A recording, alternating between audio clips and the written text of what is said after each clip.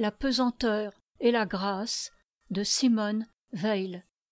Chapitre 10. Effacement. Dieu m'a donné l'être pour que je le lui rende. C'est comme une de ces épreuves qui ressemblent à des pièges et qu'on voit dans les contes et les histoires d'initiation. Si j'accepte ce don, il est mauvais et fatal. Sa vertu apparaît par le refus. Dieu me permet d'exister en dehors de lui. À moi de refuser cette autorisation. L'humilité, c'est le refus d'exister en dehors de Dieu, reine des vertus. Le moi n'est que l'ombre projetée par le péché et l'erreur qui arrête la lumière de Dieu et que je prends pour un être. Même si on pouvait être comme Dieu, il vaudrait mieux être de la boue qui obéit à Dieu. Ce que le crayon est pour moi quand, les yeux fermés, je palpe la table avec la pointe, être cela pour le Christ. Nous avons la possibilité d'être des médiateurs entre Dieu et la partie de création qui nous est confiée. Il faut notre consentement pour qu'à travers nous, il perçoive sa propre création. Avec notre consentement, il opère cette merveille. Il suffirait que j'ai su me retirer de ma propre âme pour que cette table que j'ai devant moi ait l'incomparable fortune d'être vue par Dieu.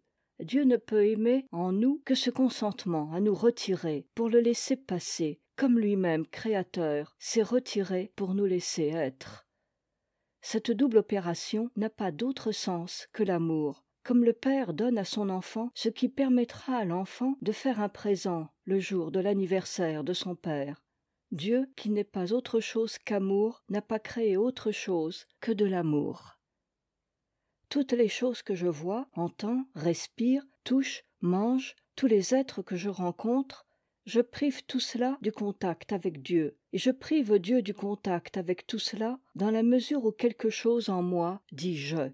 Je peux faire quelque chose pour tout cela et pour Dieu, à savoir me retirer, respecter le tête-à-tête.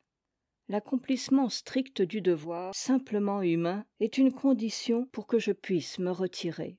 Il use peu à peu les cordes qui me retiennent sur place et m'en empêchent. Je ne puis pas concevoir la nécessité que Dieu m'aime alors que je sens si clairement que, même chez les êtres humains, de l'affection pour moi ne peut être qu'une méprise. Mais je me représente sans peine qu'il aime cette perspective de la création, qu'on ne peut avoir que du point où je suis, mais je fais écran. Je dois me retirer pour qu'il puisse la voir. Je dois me retirer pour que Dieu puisse entrer en contact avec les êtres que le hasard met sur ma route et qu'il m'aime. Ma présence est indiscrète, comme si je me trouvais entre deux amants ou deux amis. Je suis non pas la jeune fille qui attend un fiancé, mais le tiers importun qui est avec deux fiancés et doit s'en aller afin qu'ils soient vraiment ensemble. Si seulement je savais disparaître, il y aurait union d'amour parfait entre Dieu et la terre où je marche, la mer que j'entends. Qu'importe ce qu'il y a en moi d'énergie, de dons, etc. J'en ai toujours assez pour disparaître.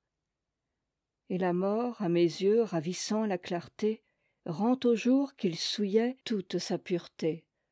Que je disparaisse, afin que ces choses que je vois deviennent, du fait qu'elles ne seront plus choses que je vois, parfaitement belles. Je ne désire nullement que ce monde créé ne me soit plus sensible, mais que ce ne soit plus à moi qu'il soit sensible. À moi, il ne peut dire son secret qui est trop haut. Que je parte, et le Créateur et la créature échangeront leurs secrets. Voir un paysage tel qu'il est, quand je n'y suis pas. Quand je suis quelque part, je souille le silence du ciel et de la terre par ma respiration et le battement de mon cœur. La nécessité et l'obéissance. Le soleil luit sur les justes et sur les injustes. Dieu se fait nécessité. Deux faces de la nécessité, exercée et subie, soleil et croix. Accepter d'être soumise à la nécessité et n'agir qu'en la maniant. Subordination, économie d'énergie. Grâce à elle, un acte d'héroïsme peut être accompli sans que celui qui ordonne ni celui qui obéit ait besoin d'être des héros. Parvenir à recevoir des ordres de Dieu. Dans quel cas est-ce que la lutte contre une tentation épuise l'énergie attachée au bien, et dans quel cas est-ce qu'elle la fait monter dans l'échelle des qualités d'énergie? Cela doit dépendre de l'importance respective du rôle de la volonté et de l'attention. Il faut mériter, à force d'amour, de subir une contrainte. L'obéissance est la vertu suprême. Aimer la nécessité. La nécessité est ce qu'il y a de plus bas par rapport à l'individu. Contrainte, force, une dure nécessité. La nécessité universelle en délivre. Il y a des cas où une chose est nécessaire du seul fait qu'elle est possible. Ainsi, manger quand on a faim, donner à boire à un blessé mourant de soif, l'eau étant tout près. Ni un bandit ne s'en abstiendrait, ni un saint. Par analogie, discerner les cas où, bien que cela n'apparaisse pas aussi clairement à première vue, la possibilité implique une nécessité. Agir dans ces cas et non dans les autres. Le grain de grenade. On ne s'engage pas à aimer Dieu, on consent à l'engagement qui a été opéré en soi-même, sans moi-même. Faire seulement, en fait d'actes de vertu, ceux dont on ne peut pas s'empêcher, ceux qu'on ne peut pas ne pas faire, mais augmenter sans cesse, par l'attention bien dirigée, la quantité de ceux qu'on ne peut pas ne pas faire. Ne pas faire un pas, même vers le bien, au-delà de ce à quoi on est poussé irrésistiblement par Dieu, et cela dans l'action, dans la parole et dans la pensée, mais être disposé à aller sous sa poussée n'importe où, jusqu'à la limite, la croix. Être disposé au maximum, c'est prier pour être poussé, mais sans savoir où. Si mon salut éternel était sur cette table, sous la forme d'un objet, et qu'il n'y eût qu'à étendre la main pour le saisir, je ne tendrais pas la main sans en avoir reçu l'ordre. Détachement des fruits de l'action. Se soustraire à cette fatalité. Comment? Agir non pour un objet, mais par une nécessité. Je ne peux pas faire autrement. Ce n'est pas une action, mais une sorte de passivité, action non agissante. L'esclave est en un sens un modèle, le plus bas, le plus haut, toujours la même loi, la matière aussi. Transporter hors de soi les mobiles de ses actions, être poussé. Les motifs tout à fait purs, ou les plus vils, toujours la même loi, apparaissent comme extérieurs. Pour tout acte, le considérer sous l'aspect non de l'objet, mais de l'impulsion. Non pas à quelle fin, mais d'où cela vient-il? J'étais nu et vous m'avez habillé. Ce don est simplement le signe de l'état où se trouvaient les êtres qui ont agi de la sorte. Ils étaient dans un état tel qu'ils ne pouvaient pas s'empêcher de nourrir ceux qui avaient faim, d'habiller ceux qui étaient nus. Ils ne le faisaient aucunement pour le Christ. Ils ne pouvaient pas s'empêcher de le faire parce que la compassion du Christ était en eux. Comme saint Nicolas allant avec saint Cassien à travers la steppe russe à un rendez-vous avec Dieu, ne pouvait pas s'empêcher de manquer l'heure du rendez-vous pour aider un moujik à dégager sa voiture embourbée. Le bien accompli ainsi, presque malgré soi, presque avec honte et remords, est pur. Tout bien absolument pur échappe complètement à la volonté. Le bien est transcendant. Dieu est le bien. J'avais faim et vous m'avez secouru. Quand donc, Seigneur? Il ne le savait pas. Il ne faut pas le savoir. Il ne faut pas secourir le prochain pour le Christ, mais par le Christ. Que le moi disparaisse de telle sorte que le Christ, au moyen de l'intermédiaire que constituent notre âme et notre corps, secourt le prochain. Être l'esclave que son maître envoie porter tel secours à tel malheureux. Le secours vient du maître, mais il s'adresse au malheureux. Le Christ n'a pas souffert pour son Père. Il a souffert pour les hommes par la volonté du Père. On ne peut pas dire de l'esclave qui va porter secours qu'il fait cela pour son maître. Il ne fait rien. Quand même pour aller jusqu'au malheureux, il marcherait sur des clous, pieds nus. Alors il souffre. Mais il ne fait rien, car il est un esclave. Nous sommes des esclaves inutiles. C'est-à-dire, nous n'avons rien fait. D'une manière générale, pour Dieu est une mauvaise expression. Dieu ne doit pas se mettre au datif.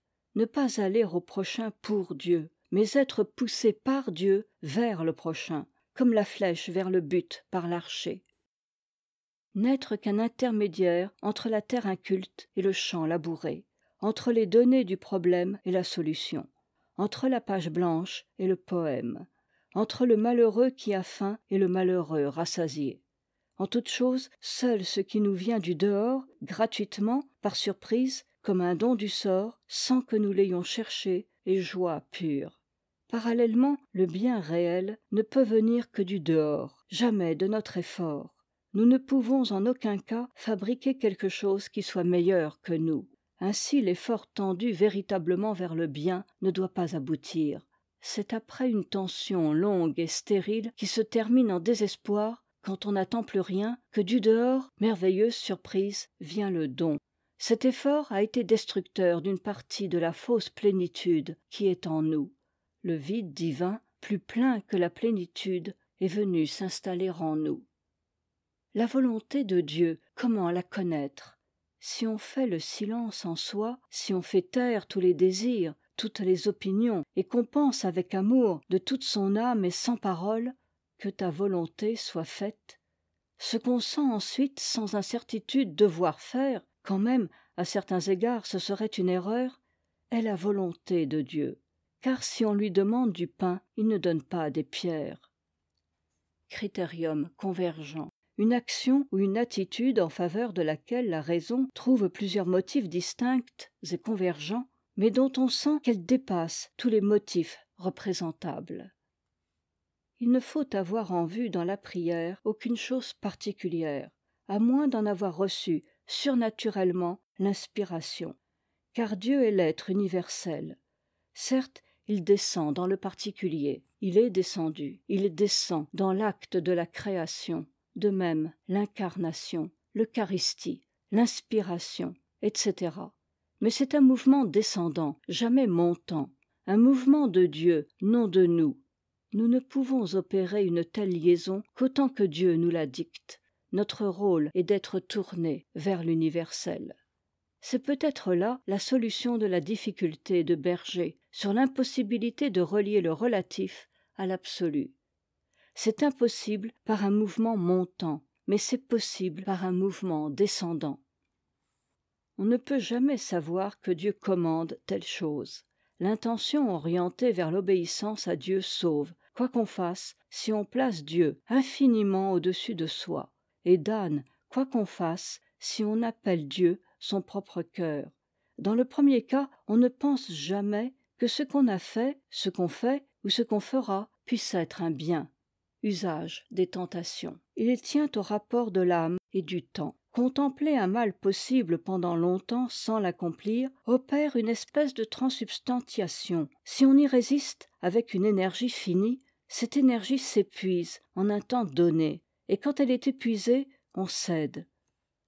Si on reste immobile et attentif, c'est la tentation qui s'épuise, et on recueille l'énergie regradée. Si on contemple de même un bien possible, de la même manière, immobile et attentif, il s'opère aussi une transsubstantiation de l'énergie, grâce à laquelle on exécute ce bien. La transsubstantiation de l'énergie consiste en ceci que, pour le bien, il vient un moment où on ne peut pas ne pas l'accomplir. De là aussi un critérium du bien et du mal.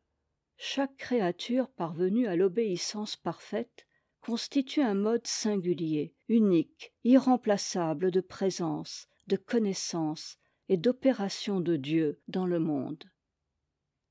Nécessité. Voir les rapports des choses et soi-même, y compris les fins qu'on porte en soi, comme un des termes. L'action en résulte naturellement. Obéissance. Il y en a deux. On peut obéir à la pesanteur ou au rapport des choses. Dans le premier cas, on fait ce à quoi pousse l'imagination combleuse de vide. On peut y mettre, et souvent avec vraisemblance, toutes les étiquettes, y compris le bien et Dieu. Si on suspend le travail de l'imagination combleuse et qu'on fixe l'attention sur le rapport des choses, une nécessité apparaît à laquelle on ne peut pas ne pas obéir. Jusque-là, on n'a pas la notion de la nécessité ni le sentiment de l'obéissance. Alors, on ne peut pas être orgueilleux de ce qu'on accomplit, quand même on accomplirait des merveilles. Mot du Mousse breton au journaliste qui lui demandait comment il avait pu faire cela. Fallait bien. héroïsme le plus pur. On le trouve dans le peuple plus qu'ailleurs. L'obéissance est le seul mobile pur, le seul qui n'enferme à aucun degré la récompense de l'action, et laisse tout le soin de la récompense au Père qui est dans le cachet, qui voit dans le cachet, à condition que ce soit l'obéissance à une nécessité, non pas à une contrainte, vide terrible chez les esclaves. Quoi qu'on donne de soi à autrui ou à un grand objet, quelque peine qu'on supporte, si c'est par pure obéissance à une conception claire du rapport des choses et à la nécessité, on s'y détermine sans effort, bien qu'on accomplisse avec effort. On ne peut faire autrement, et il n'en résulte aucun retournement, aucun vide à combler, aucun désir de récompense, aucune rancune, aucun abaissement. L'action est l'aiguille indicatrice de la balance. Il ne faut pas toucher à l'aiguille, mais au poids. Il en est exactement de même pour les opinions, dès lors où la confusion ou la souffrance. Vierge folle, cela signifie qu'au moment où l'on prend conscience qu'il y a un choix à faire, le choix est déjà fait, dans un sens ou dans l'autre. Bien plus vrai que l'allégorie sur Hercule entre le vice et la vertu. Quand dans l'homme la nature, étant coupée de toute impulsion charnelle et privée de toute lumière surnaturelle, exécute des actions conformes à ce que la lumière surnaturelle imposerait si elle était présente, c'est la plénitude de la pureté, c'est le point central de la passion. Le juste rapport avec Dieu est, dans la contemplation, l'amour, dans l'action, l'esclavage. Ne pas mélanger. Agir en esclave en contemplant avec amour. Illusion. On se porte vers une chose parce qu'on croit qu'elle est bonne, et on y reste enchaîné parce qu'elle est devenue nécessaire. Les choses sensibles sont réelles en tant que choses sensibles, mais irréelles en tant que bien. L'apparence a la plénitude de la réalité, mais en tant qu'apparence. En tant qu'autre chose qu'apparence, elle est erreur. L'illusion concernant les choses de ce monde ne concerne pas leur existence, mais leur valeur. L'image de la caverne se rapporte à la valeur. Nous ne possédons que des ombres d'imitation de bien. C'est aussi par rapport au bien que nous sommes captifs, enchaînés, attachements. Nous acceptons les fausses valeurs qui nous apparaissent, et quand nous croyons agir, nous sommes en réalité immobiles, car nous restons dans le même système de valeurs. Acte effectivement accompli et cependant imaginaire. Un homme se suicide, en réchappe, et n'est pas plus détaché après qu'avant. Son suicide était imaginaire. Le suicide l'est sans doute toujours, et c'est pourquoi il est défendu. Le temps à proprement parler n'existe pas, sinon le présent comme limite, et pourtant c'est à cela que nous sommes soumis. Telle est notre condition. Nous sommes soumis à ce qui n'existe pas. Qu'il s'agisse de la durée passivement soufferte, douleur physique, attente, regret, remords, peur, ou du temps manié, ordre, méthode, nécessité. Dans les deux cas, ce à quoi nous sommes soumis, cela n'existe pas. Mais notre soumission existe. Nous sommes réellement attachés par des chaînes irréelles. Le temps irréel voile toute chose, et nous-mêmes d'irréalité. Le trésor pour l'avare, c'est l'ombre d'une imitation de bien. Il est doublement irréel, car un moyen, l'argent, est déjà en tant que tel autre chose qu'un bien. Mais pris hors de sa fonction de moyen, érigé enfin, il est encore plus loin d'être un bien. C'est par rapport au jugement de valeur que les sensations sont irréelles. C'est en tant que valeur que les choses sont irréelles pour nous. Mais l'attribution d'une fausse valeur à un objet ôte aussi de la réalité à la perception de cet objet, car elle noie la perception dans l'imagination. Ainsi le détachement parfait permet seul de voir les choses nues, hors de ce brouillard de valeurs mensongères. C'est pourquoi il a fallu les ulcères et le fumier pour que fût révélée à Job la beauté du monde. Car il n'y a pas de détachement sans douleur. Et il n'y a pas de douleur supportée sans haine et sans mensonge, sans qu'il y ait aussi détachement. L'âme qui a passé la tête hors du ciel mange l'être. Celle qui est à l'intérieur mange l'opinion. La nécessité est essentiellement étrangère à l'imaginaire. Ce qui est réel dans la perception et la distingue du rêve, ce n'est pas les sensations, c'est la nécessité enveloppée dans ces sensations. Pourquoi ces choses et non pas d'autres? C'est ainsi. Dans la vie spirituelle, l'illusion et la vérité se distinguent de la même manière. Ce qui est réel dans la perception et la distingue du rêve, ce n'est pas les sensations, c'est la nécessité. Distinction entre ceux qui restent dans la caverne, ferment les yeux et imaginent le voyage, et ceux qui le font. Réel et imaginaire aussi dans le spirituel, et là aussi la nécessité fait la différence.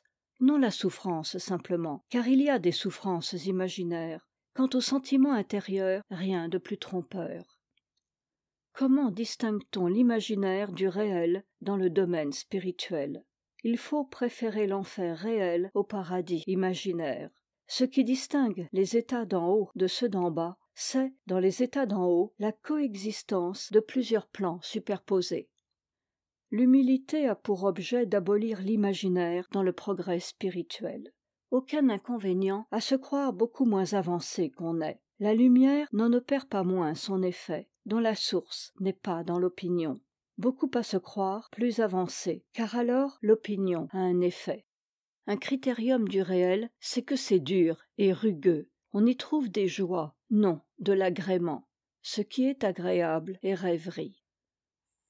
Essayez d'aimer sans imaginer. Aimer l'apparence nue et sans interprétation. Ce qu'on aime alors est vraiment Dieu. Après avoir passé par le bien absolu, on retrouve les biens illusoires et partiels, mais dans un ordre hiérarchique qui fait qu'on ne se permet la recherche de tel bien que dans la limite permise par le souci de tel autre. Cet ordre est transcendant par rapport au bien qui le relie, et c'est un reflet du bien absolu. Déjà la raison discursive, l'intelligence des rapports, aide à dissoudre les idolâtries en considérant les biens et les maux comme limités, mélangés et versant les uns dans les autres. Reconnaître le point où le bien passe dans le mal en tant que, dans la mesure où, à l'égard de, etc. Aller plus loin que la règle de 3. Il s'agit toujours d'un rapport avec le temps, perdre l'illusion de la possession du temps, s'incarner. L'homme doit faire l'acte de s'incarner, car il est désincarné par l'imagination. Ce qui procède en nous de Satan, c'est l'imagination. Remède contre l'amour imaginaire. Accorder à Dieu en soi le strict minimum, ce qu'on ne peut absolument pas lui refuser, et désirer qu'un jour, et le plus tôt possible, ce strict minimum devienne tout. Transposition. Croire qu'on s'élève parce qu'en gardant les mêmes bas penchants, exemple, désir de l'emporter sur autrui, on leur a donné des objets élevés. On s'élèverait au contraire en attachant à des objets bas des penchants élevés. Il y a des prodiges dans toutes les passions. Un joueur est capable de veiller et de jeûner presque comme un saint. Il a des prémonitions, etc. C'est un grand danger que celui d'aimer Dieu comme un joueur aime le jeu. Veiller au niveau où l'on met l'infini. Si on le met au niveau où le fini convient seul, peu importe de quel nom on le nomme. Les parties basses de moi-même doivent aimer Dieu, mais non pas trop, ce ne serait pas Dieu. Qu'elles aiment comme on a soif et faim. Seul le plus haut a le droit d'être rassasié.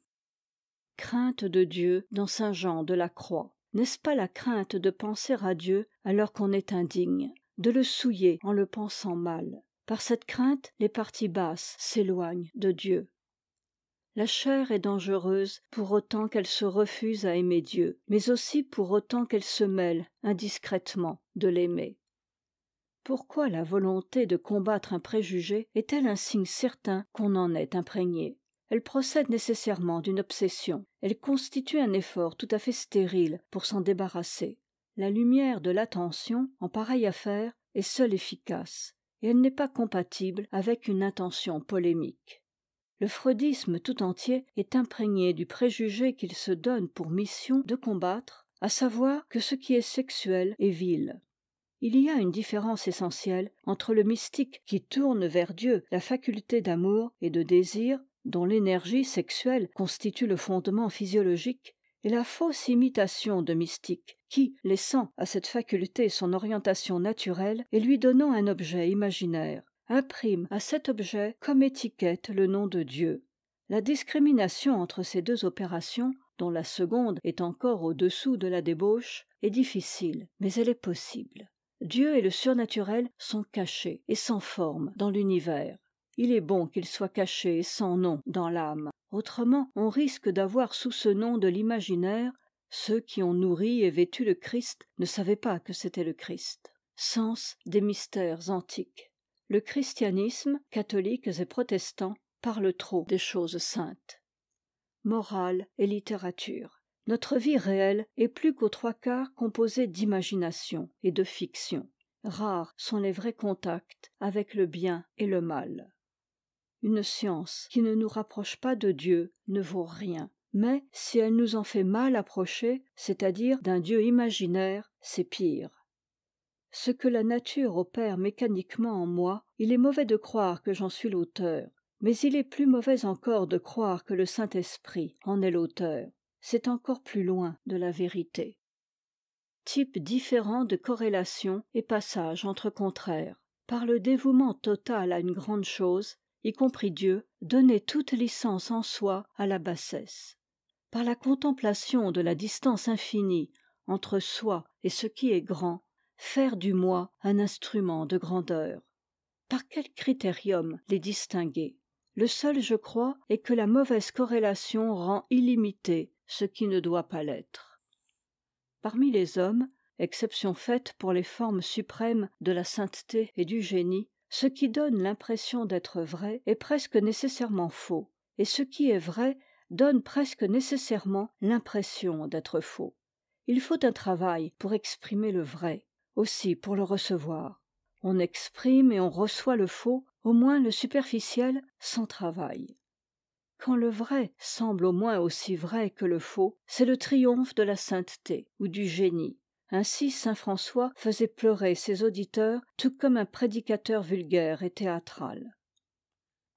La durée, soit les siècles pour les civilisations, soit les années et dizaines d'années pour l'individu, a une fonction darwinienne d'élimination de l'inapte. Ce qui est apte à tout est éternel. C'est en cela seul que réside le prix de ce qu'on nomme l'expérience. Mais le mensonge est une armure par laquelle l'homme permet souvent à l'inapte en lui-même de survivre aux événements qui, sans cette armure, le tueraient. Ainsi à l'orgueil de survivre aux humiliations. Et cette armure est comme sécrétée par l'inapte pour parer au danger. L'orgueil, dans l'humiliation, épaissit le mensonge intérieur. Il y a dans l'âme comme une phagocytose. Tout ce qui est menacé par le temps sécrète du mensonge, pour ne pas mourir, et à proportion du danger de mort. C'est pourquoi il n'y a pas d'amour de la vérité sans un consentement sans réserve à la mort. La croix du Christ est la seule porte de la connaissance. Regardez chaque péché que j'ai commis comme une faveur de Dieu. C'est une faveur que l'imperfection essentielle qui est dissimulée au fond de moi se soit en partie manifestée à mes yeux, tel jour, à telle heure, dans telle circonstance. Je désire, je supplie que mon imperfection se manifeste tout entière à mes yeux, autant que le regard de la pensée humaine en est capable. Non pas pour qu'elle guérisse, mais, même quand elle ne devrait pas guérir, pour que je sois dans la vérité. Tout ce qui est sans valeur fuit la lumière. Ici-bas, on peut se cacher sous la chair. À la mort, on ne peut plus. On est livré, nu, à la lumière. C'est là, selon les cas, enfer, purgatoire ou paradis. Ce qui fait qu'on recule devant les efforts qui rapprocheraient du bien, c'est la répugnance de la chair. Mais non pas la répugnance de la chair devant l'effort. C'est la répugnance de la chair devant le bien. Car pour une cause mauvaise, si le stimulant est assez fort, la chair acceptera n'importe quoi, sachant qu'elle le peut sans mourir. La mort même, subie pour une cause mauvaise, n'est pas vraiment la mort pour la partie charnelle de l'âme. Ce qui est mortel pour la partie charnelle de l'âme, c'est de voir Dieu face à face. C'est pourquoi nous fuyons le vide intérieur parce que Dieu pourrait s'y glisser. Ce n'est pas la recherche du plaisir et l'aversion de l'effort qui produisent le péché, mais la peur de Dieu. On sait qu'on ne peut pas le voir face à face sans mourir, et on ne veut pas mourir. On sait que le péché nous préserve très efficacement de le voir face à face. Le plaisir et la douleur nous procurent seulement la légère impulsion indispensable vers le péché, et surtout le prétexte, l'alibi encore plus indispensable. Comme il faut des prétextes pour les guerres injustes, il faut des faux biens pour le péché, car on ne peut soutenir la pensée qu'on va vers le mal. La chair n'est pas ce qui nous éloigne de Dieu, elle est le voile que nous mettons devant nous pour faire écran entre Dieu et nous. Il n'en est peut-être ainsi qu'à partir d'un certain point. L'image de la caverne semble l'indiquer. C'est d'abord le mouvement qui fait mal. Quand on arrive à l'orifice, c'est la lumière. Non seulement elle aveugle, mais elle blesse. Les yeux se révoltent contre elle. Ne peut-il être vrai qu'à partir de ce moment, on ne peut plus commettre que des péchés mortels? Prendre la chair pour se cacher de la lumière, n'est-ce pas un péché mortel?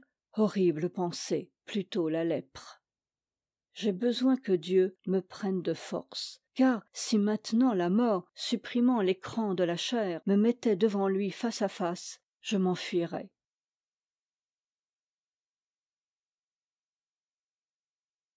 Idolâtrie.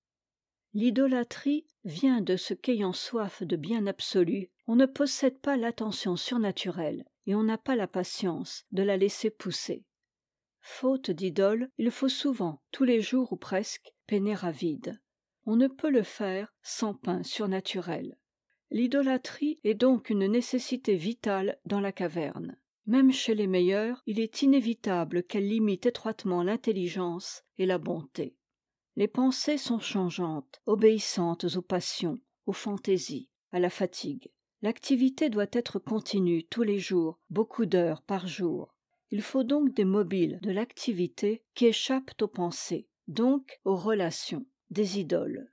Tous les hommes sont prêts à mourir pour ce qu'ils aiment. Ils ne diffèrent que par le niveau de la chose aimée et la concentration ou la dispersion de l'amour. Aucun ne s'aime lui-même. L'homme voudrait être égoïste et ne peut pas. C'est le caractère le plus frappant de sa misère et la source de sa grandeur.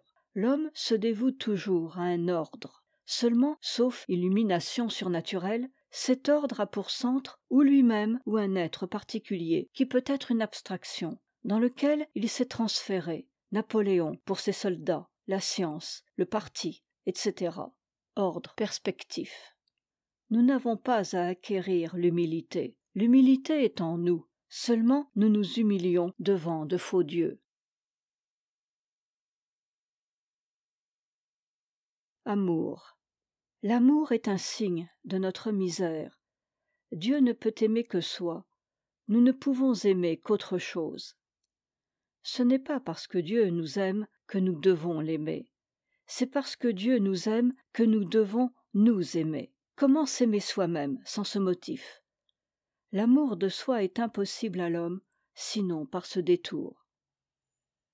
Si on me bande les yeux et si on m'enchaîne les mains sur un bâton, ce bâton me sépare des choses, mais par lui je les explore. Je ne sens que le bâton, je ne perçois que le mur.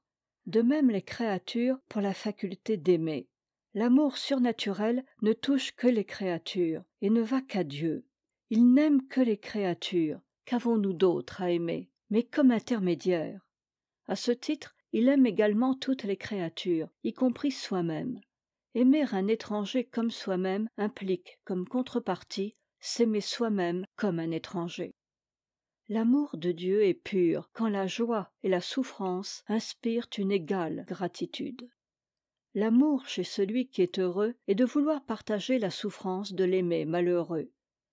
L'amour chez celui qui est malheureux est d'être comblé par la simple connaissance que l'aimé est dans la joie, sans avoir part à cette joie, ni même désirer y avoir part. Aux yeux de Platon, l'amour charnel est une image dégradée du véritable amour. L'amour humain chaste, fidélité conjugale, en est une image moins dégradée. L'idée de sublimation ne pouvait surgir que dans la stupidité contemporaine. Amour du Phèdre. Il n'exerce ni ne subit la force. C'est là l'unique pureté. Le contact avec le glaive comporte la même souillure, qu'il se fasse du côté de la poignée ou du côté de la pointe. À celui qui aime, le froid du métal n'ôtera pas l'amour, mais donnera le sentiment d'être abandonné de Dieu. L'amour surnaturel n'a aucun contact avec la force, mais aussi il ne protège pas l'âme contre le froid de la force, le froid du fer. Seul un attachement terrestre, s'il renferme assez d'énergie, peut protéger contre le froid du fer. L'armure est faite de métal comme le glaive. À celui qui n'aime que d'un amour pur, le meurtre glace l'âme, qu'il en soit l'auteur ou la victime, et tout ce qui, sans aller jusqu'à la mort même, est violence. Si l'on désire un amour qui protège l'âme contre les blessures, il faut aimer autre chose que Dieu. L'amour tend à aller toujours plus loin, mais il a une limite. Quand la limite est dépassée, l'amour se tourne en haine. Il faut, pour éviter cette modification, que l'amour devienne autre. Parmi les êtres humains, on ne reconnaît pleinement l'existence que de ceux qu'on aime. La croyance à l'existence d'autres êtres humains comme tels est amour.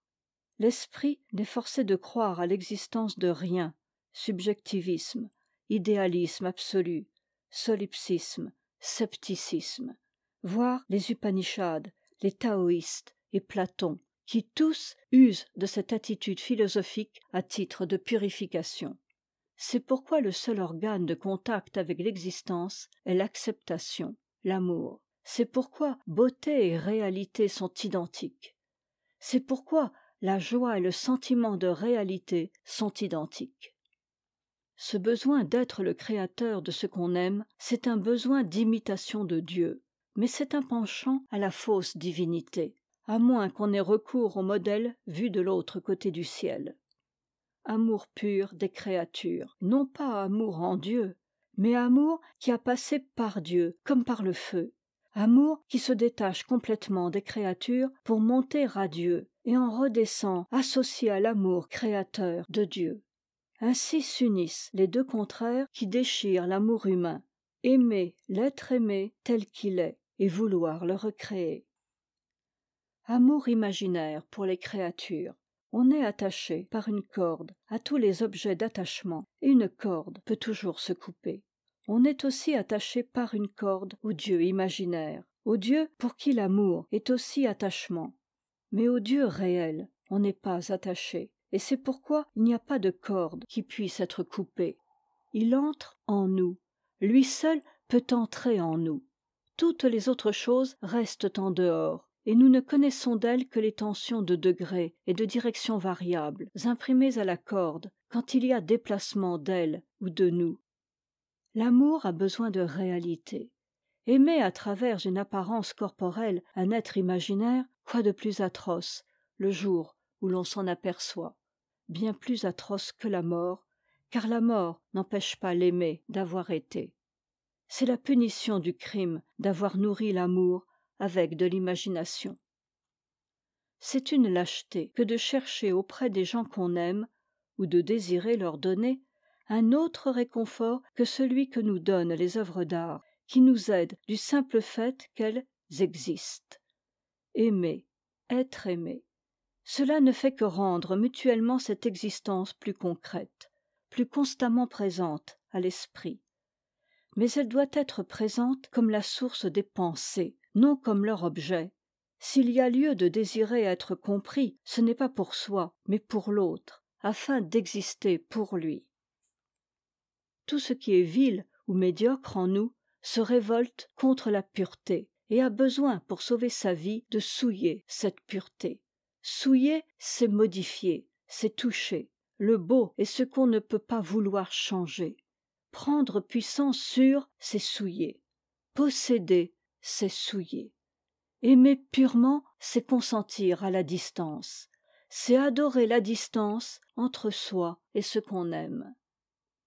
L'imagination est toujours liée à un désir, c'est-à-dire à une valeur. Seul le désir sans objet est vide d'imagination. Il y a présence réelle de Dieu dans toute chose que l'imagination ne voile pas. Le beau capture le désir en nous et le vide d'objet, en lui donnant un objet présent et en lui interdisant ainsi de s'élancer vers l'avenir. Tel est le prix de l'amour chaste. Tout désir de jouissance se situe dans l'avenir, dans l'illusoire. Au lieu que si l'on désire seulement qu'un être existe, il existe, Que désirer alors de plus? L'être aimé est alors nu et réel, non voilé par de l'avenir imaginaire. L'avare ne regarde jamais son trésor sans l'imaginer n fois plus grand. Il faut être mort pour voir les choses nues.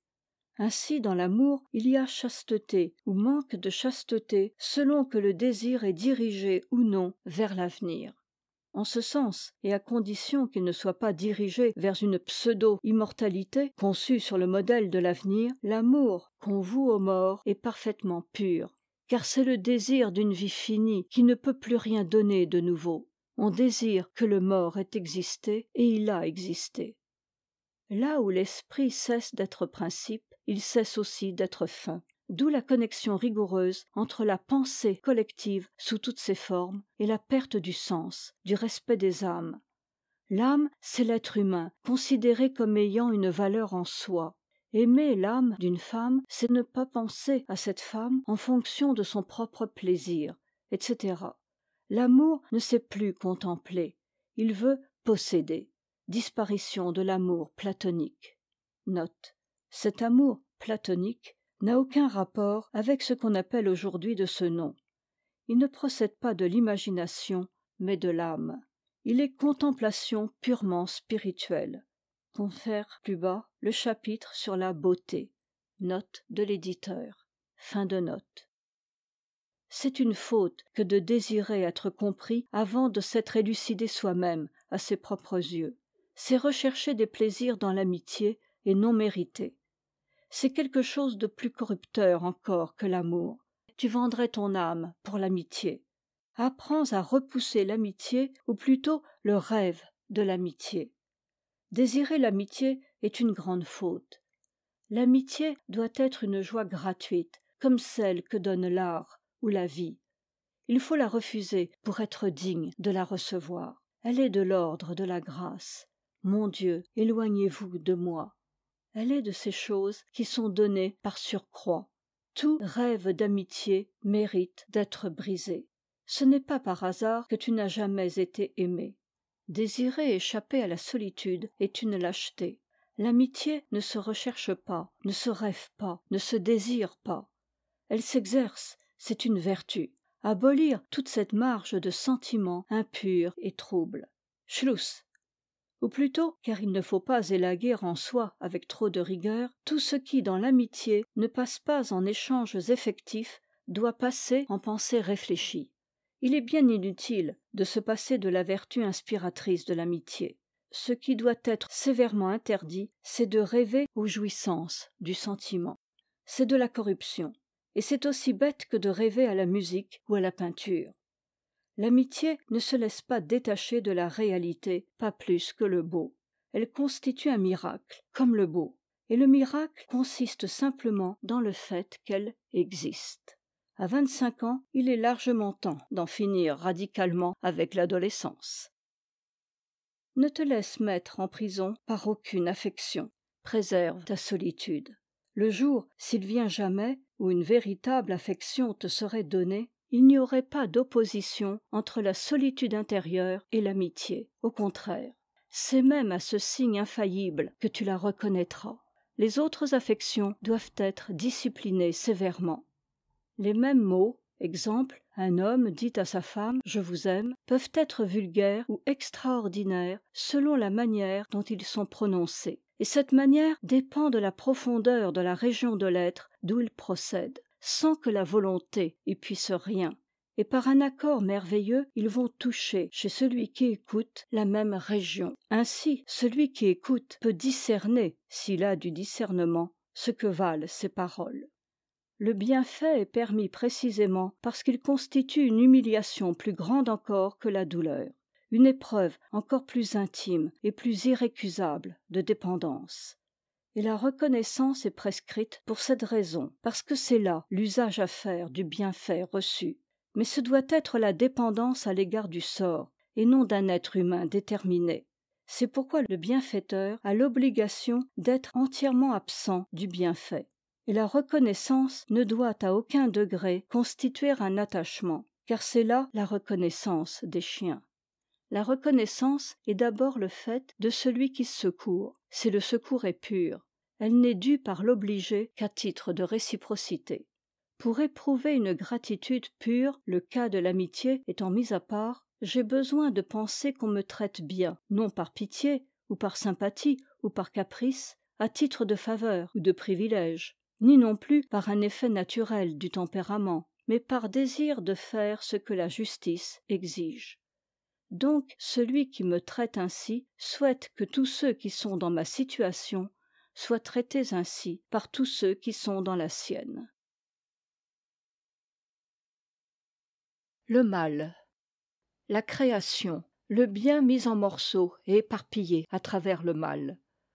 Le mal est l'illimité, mais il n'est pas l'infini. Seul l'infini limite l'illimité. Monotonie du mal. Rien de nouveau, tout y est équivalent.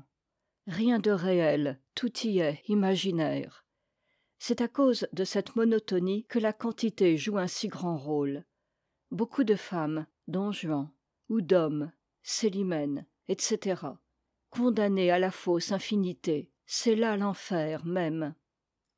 Le mal, c'est la licence, et c'est pourquoi il est monotone. Il y faut tout tirer de soi. Or il n'est pas donné à l'homme de créer. C'est une mauvaise tentative pour imiter Dieu.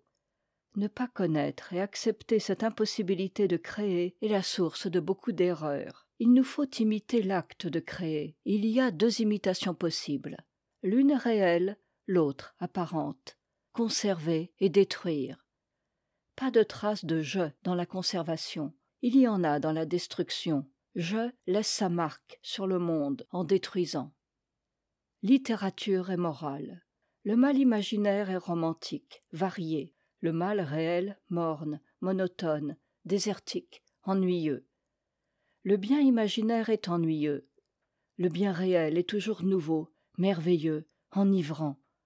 Donc la littérature d'imagination est ou ennuyeuse ou immorale ou un mélange des deux. Elle n'échappe à cette alternative qu'en passant, en quelque sorte, à force d'art, du côté de la réalité, ce que le génie seul peut faire. Une certaine vertu inférieure est une image dégradée du bien, dont il faut se repentir, et dont il est plus difficile de se repentir que du mal, pharisien et publicain. Le bien comme contraire du mal lui est équivalent en un sens comme tous les contraires. Ce que le mal viole, ce n'est pas le bien, car le bien est inviolable. On ne viole qu'un bien dégradé. Ce qui est directement contraire à un mal n'est jamais de l'ordre du bien supérieur, à peine au-dessus du mal, souvent. Exemple, vol et respect bourgeois de la propriété, adultère et honnête femme, caisse d'épargne et gaspillage, mensonge et sincérité. Le bien est essentiellement autre que le mal. Le mal est multiple et fragmentaire. Le bien est un. Le mal est apparent. Le bien est mystérieux. Le mal consiste en action, le bien en non-action, en action non agissante, etc. Le bien pris au niveau du mal et s'y opposant comme un contraire à un contraire est un bien de code pénal. Au-dessus se trouve un bien qui, en un sens, ressemble plus au mal qu'à cette forme basse du bien. Cela rend possible beaucoup de démagogie et de paradoxes fastidieux. Le bien qui se définit à la façon dont on définit le mal doit être nié. Or, le mal le nie, mais il le nie mal. Y a-t-il union de vices incompatibles chez les êtres voués au mal? Je ne crois pas. Les vices sont soumis à la pesanteur, et c'est pourquoi il n'y a pas de profondeur, de transcendance dans le mal. On a l'expérience du bien qu'en l'accomplissant, on a l'expérience du mal qu'en s'interdisant de l'accomplir, ou, si on l'a accompli, qu'en s'en repentant. Quand on accomplit le mal, on ne le connaît pas, parce que le mal fuit la lumière. Est-ce que le mal, tel qu'on le conçoit lorsqu'on ne le fait pas, existe? Le mal qu'on fait ne semble-t-il pas quelque chose de simple, de naturel, qui s'impose? Le mal n'est-il pas analogue à l'illusion? L'illusion, quand on en est victime, n'est pas sentie comme une illusion, mais comme une réalité. De même peut être le mal. Le mal, quand on y est, n'est pas senti comme mal, mais comme nécessité, ou même comme devoir. Dès qu'on fait le mal apparaît comme une sorte de devoir. La plupart ont le sentiment du devoir dans certaines choses mauvaises et d'autres bonnes. Un même homme éprouve comme un devoir de vendre aussi cher qu'il peut et de ne pas voler, etc. Le bien chez eux est au niveau du mal, un bien sans lumière. La sensibilité de l'innocent qui souffre est comme du crime sensible. Le vrai crime n'est pas sensible. L'innocent qui souffre sait la vérité sur son bourreau. Le bourreau ne la sait pas. Le mal que l'innocent sent en lui-même est dans son bourreau, mais il n'y est pas sensible.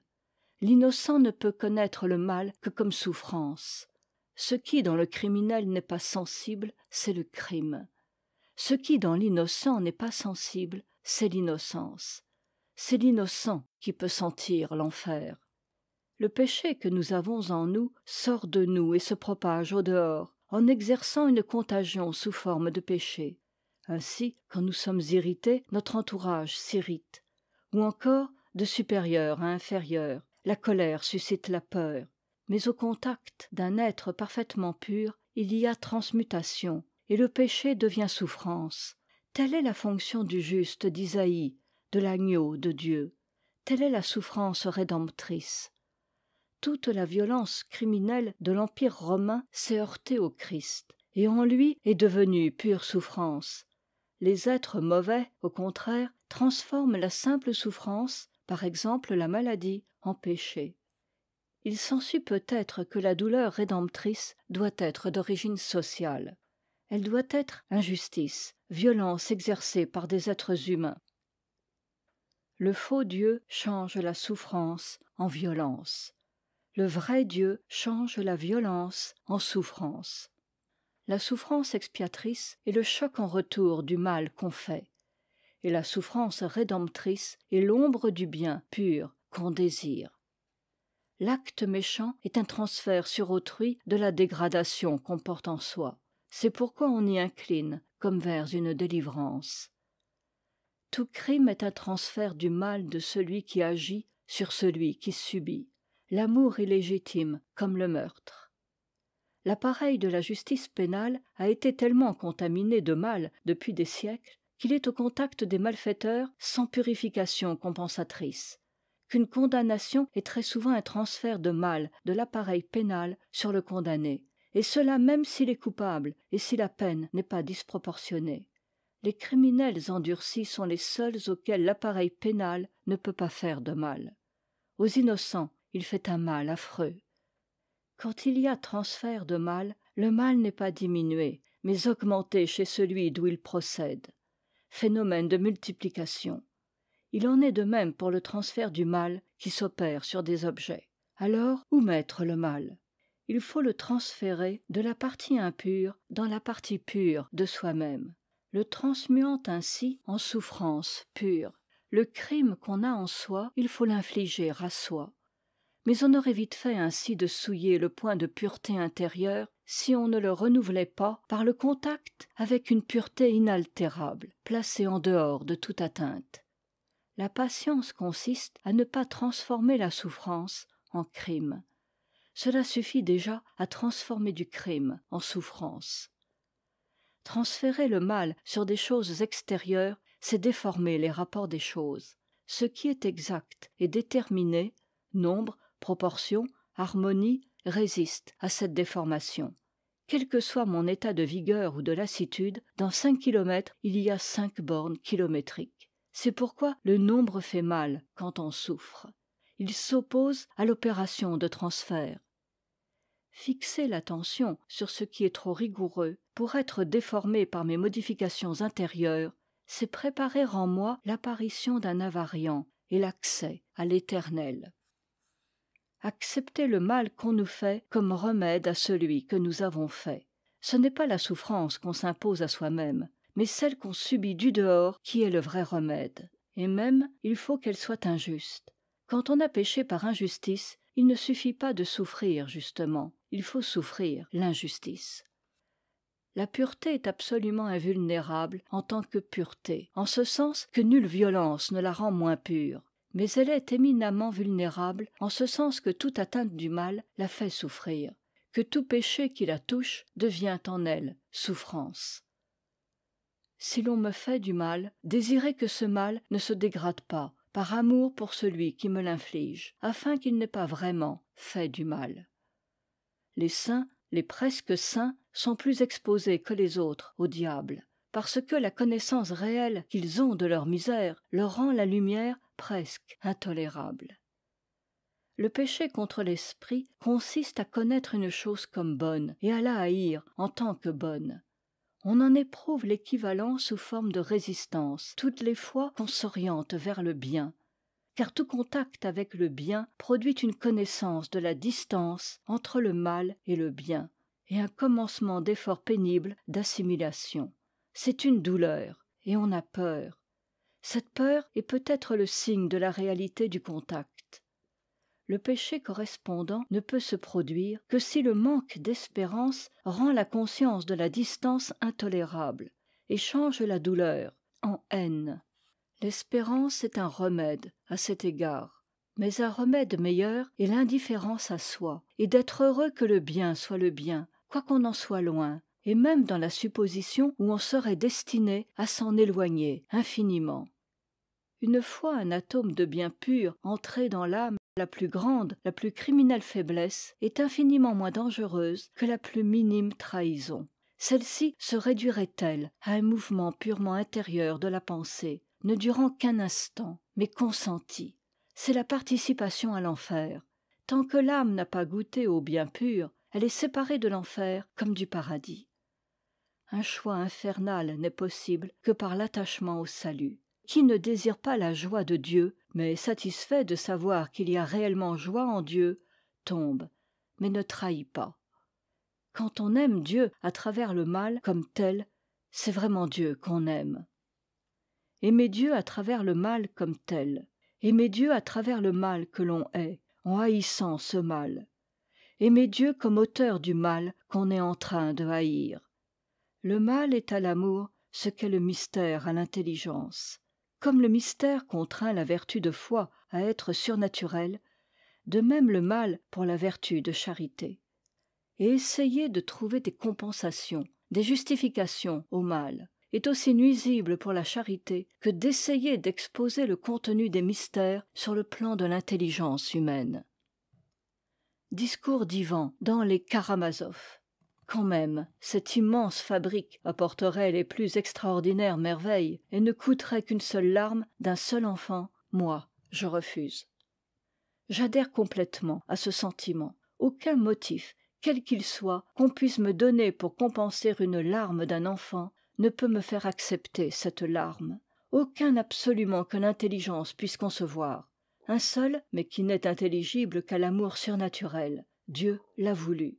Et pour ce motif-là, j'accepterais aussi bien un monde qui ne serait que mal qu'une larme d'enfant.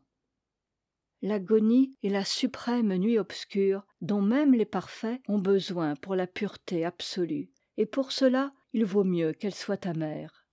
L'irréalité qui du bien enlève le bien, c'est cela qui constitue le mal.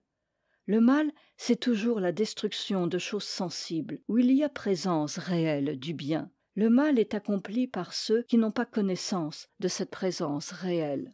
En ce sens, il est vrai que nul n'est méchant volontairement. Les rapports de force donnent à l'absence le pouvoir de détruire la présence. On ne peut contempler sans terreur l'étendue du mal que l'homme peut faire et subir. Comment pourrait-on croire qu'il soit possible de trouver une compensation à ce mal, puisque, à cause de ce mal, Dieu a souffert la crucifixion? Bien et mal. Réalité. Et bien ce qui donne plus de réalité aux êtres et aux choses. Mal ce qui leur en enlève. Les Romains ont fait le mal en dépouillant les villes grecques de leurs statues, parce que les villes, les temples, la vie de ces Grecs avaient moins de réalité sans les statues, et parce que les statues ne pouvaient avoir autant de réalité à Rome qu'en Grèce. Supplications désespérées, humbles des Grecs pour conserver quelques statues, tentatives désespérées pour faire passer dans l'esprit d'autrui sa propre notion des valeurs, comprise ainsi, n'a rien de bas, mais presque nécessairement inefficace. devoir de comprendre et de peser le système de valeurs d'autrui avec le sien sur la même balance, forger la balance. Laisser l'imagination s'attarder sur ce qui est mal implique une espèce de lâcheté. On espère jouir, connaître et s'accroître par l'irréel. Même attarder son imagination sur certaines choses comme possibles, ce qui est tout autre chose qu'en concevoir clairement la possibilité, chose essentielle à la vertu, c'est déjà s'engager. La curiosité en est la cause. S'interdire, non pas de concevoir, mais de s'attarder sur certaines pensées. Ne pas penser à. On croit que la pensée n'engage pas, mais elle engage seule, et la licence de penser enferme toute licence. Ne pas penser à. Faculté suprême, pureté, vertu négative. Ayant attardé son imagination sur une chose mauvaise, si on rencontre d'autres hommes qui la rendent objective par leurs paroles et leurs actions, ils suppriment ainsi la barrière sociale. On est déjà presque perdu. Et quoi de plus facile? Pas de point de rupture. Quand on voit le fossé, on l'a déjà franchi. Pour le bien, c'est tout le contraire. Le fossé est vu quand il est à franchir. Au moment de l'arrachement et du déchirement, on ne tombe pas dans le bien. Le mot bassesse exprime cette propriété du mal. Même accompli, le mal garde ce caractère d'irréalité. De là vient peut-être la simplicité des criminels. Tout est simple dans le rêve. Simplicité qui fait pendant à celle de la suprême vertu. Il faut que le mal soit rendu pur, ou la vie est impossible. Dieu seul peut cela. C'est l'idée de la Gita. C'est aussi l'idée de Moïse, de Mahomet, de l'hitlérisme. Mais Jéhovah, Allah, Hitler sont des dieux terrestres. La purification qu'ils opèrent est imaginaire. Ce qui est essentiellement autre que le mal, c'est la vertu accompagnée d'une perception claire de la possibilité du mal, et du mal apparaissant comme un bien. La présence d'illusions abandonnées mais présentes à la pensée est peut-être le critérium de la vérité. On ne peut avoir horreur de faire du mal à autrui que si on est au point où autrui ne peut plus nous faire du mal. On aime alors les autres, à la limite, comme soi-même passé. La contemplation de la misère humaine arrache vers Dieu, et c'est seulement en autrui aimé comme soi-même qu'on la contemple. On ne peut la contempler ni en soi comme telle, ni en autrui comme telle. L'extrême malheur qui saisit les êtres humains ne crée pas la misère humaine, il la révèle seulement. Le péché est les prestiges de la force. Du fait que l'âme tout entière n'a pas su connaître et accepter la misère humaine, on croit qu'il y a de la différence entre les êtres humains, et par là on manque à la justice, soit en faisant une différence entre nous et autrui, soit en faisant acception de personnes parmi les autres. Cela vient de ce que l'on ne sait pas, que la misère humaine est une quantité constante et irréductible, aussi grande en chaque homme qu'elle peut l'être, et que la grandeur vient d'un seul Dieu, de sorte qu'il y a identité entre un homme et un autre. On s'étonne que le malheur n'ennoblisse pas. C'est que, quand on pense à un malheureux, on pense à son malheur. Mais le malheureux ne pense pas à son malheur. Il a l'âme emplie de n'importe quel infime allègement qu'il puisse convoiter. Comment n'y aurait-il pas du mal dans le monde? Il faut que le monde soit étranger à nos désirs. S'il l'était sans contenir de mal, nos désirs alors seraient entièrement mauvais. Il ne le faut pas. Il y a toutes les gammes de distance entre la créature et Dieu. Une distance où l'amour de Dieu est impossible. Matière, plantes, animaux. Le mal est si complet là qu'il se détruit. Il n'y a plus de mal, miroir de l'innocence divine. Nous sommes au point où l'amour est tout juste possible. C'est un grand privilège, car l'amour qui unit est proportionnel à la distance. Dieu a créé un monde qui est non le meilleur possible, mais comporte tous les degrés de bien et de mal. Nous sommes au point où il est le plus mauvais possible, car au-delà est le degré où le mal devient innocence.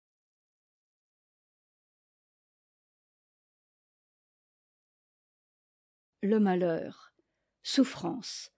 Supériorité de l'homme sur Dieu. Il a fallu l'incarnation pour que cette supériorité ne fût pas scandaleuse. Je ne dois pas aimer ma souffrance parce qu'elle est utile, mais parce qu'elle est. Accepter ce qui est amer. Il ne faut pas que l'acceptation rejaillisse sur l'amertume et la diminue, sans quoi l'acceptation diminue proportionnellement en force et en pureté. Car l'objet de l'acceptation, c'est ce qui est amer en tant qu'amer et non pas autre chose. Dire comme Ivan Karamazov, rien ne peut compenser une seule larme d'un seul enfant. Et pourtant, accepter toutes les larmes et les innombrables horreurs qui sont au-delà des larmes. Accepter ces choses, non pas en tant qu'elles comporteraient des compensations, mais en elles-mêmes. Accepter qu'elles soient simplement parce qu'elles sont. S'il n'y a pas de malheur en ce monde, nous pourrions nous croire au paradis. Deux conceptions de l'enfer. L'ordinaire, souffrance sans consolation. La mienne, fausse béatitude, se croire par erreur au paradis. Pureté plus grande de la douleur physique, Thibon. De là, dignité plus grande du peuple. Ne pas chercher à ne pas souffrir, ni à moins souffrir, mais à ne pas être altéré par la souffrance. L'extrême grandeur du christianisme vient de ce qu'il ne cherche pas un remède surnaturel contre la souffrance, mais un usage surnaturel de la souffrance. Il faut s'efforcer autant qu'on peut d'éviter le malheur, afin que le malheur qu'on rencontre soit parfaitement pur et parfaitement amer. La joie est la plénitude du sentiment du réel. Mais souffrir en conservant le sentiment du réel est mieux. Souffrir sans sombrer dans le cauchemar. Que la douleur soit en un sens purement extérieur, en un sens purement intérieur.